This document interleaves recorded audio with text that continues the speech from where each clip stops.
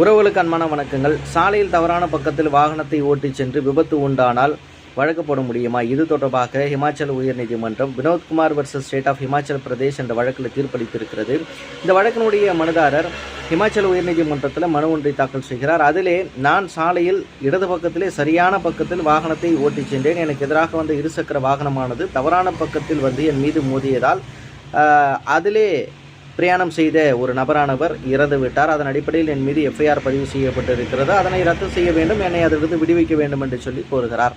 விசாரணை செய்த நீதியரசர் அவர்கள் 1989ஆம் ஆண்டு சாலை விதிகளின் விதி 2 பிரகாரமாக எந்த ஒரு வாகனத்தை வந்து சாலையிலே ஓட்டிச் சென்றாலும் அதை இடது பக்கத்திலே சரியான பக்கத்தில் ஓட்டிச் செல்ல வேண்டும் என்று சொல்லி அந்த விதி சொல்கிறது. அதே போல் சாலை விதி 8 பிரகாரமாக ஒரு இருசக்கர வாகன ஓட்டுநர் சாலை சந்திப்புகள், பாதசாரிகள் கடக்கும் இடம், இது போன்ற இடங்களிலே மெதுவாகத்தான் வண்டியை ஓட்ட வேண்டும் என்று சொல்கிறது. அதே போல் சாலை விதி 9 பிரகாரமாக சாலை சந்திப்பு நுழைவாயில் நுழைகின்ற இருசக்கர வாகனமானது ஏற்கனவே அந்த சாலையில் வந்து கொண்டிருக்கிற அந்த வாகனங்களுக்கு வழிவிட வேண்டும் என்று சொல்லுகிறது. இந்த விதிகள் அனைத்துமே வந்து அந்த இருசக்கர வாகனம் மீறி இருக்கிறது.